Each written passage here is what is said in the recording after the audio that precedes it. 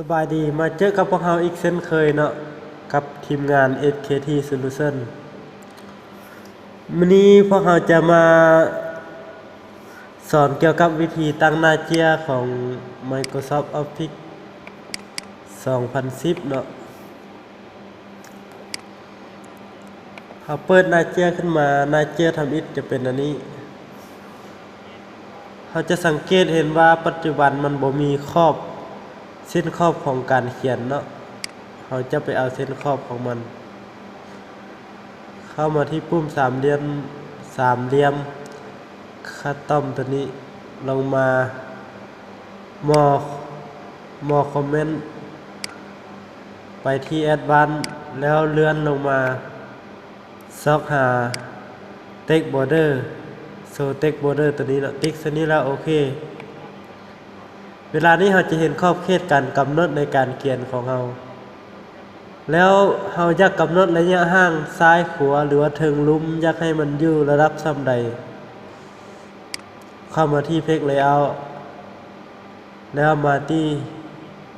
ที่เมจินลงไปคัสตอมมาจินปัจจุบันนี้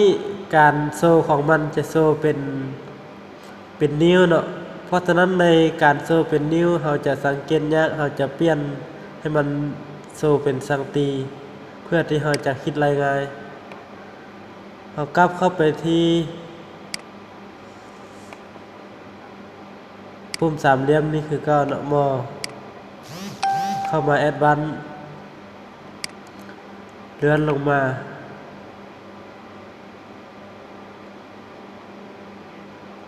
เราจะเห็นเนาะจุดมันว่าโซ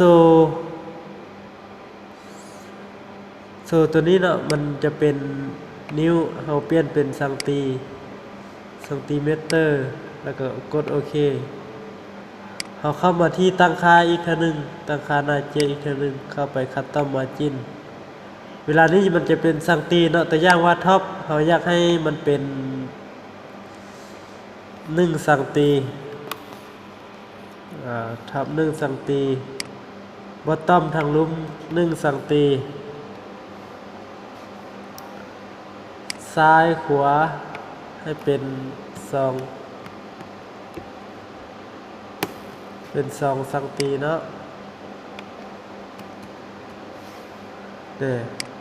เวลานี้เรากดโอเคขอบเขตมันก็จะได้ตามที่เราต้องการคือทางทางเทิง1ซนแล้วทางลุ่มกับ1ซนซ้าย2ซนขวา2ซนเกี่ยวกับการตั้งขนาดของหน้าเจียกับเมื่อเพียงเท่านี้นะขอบใจ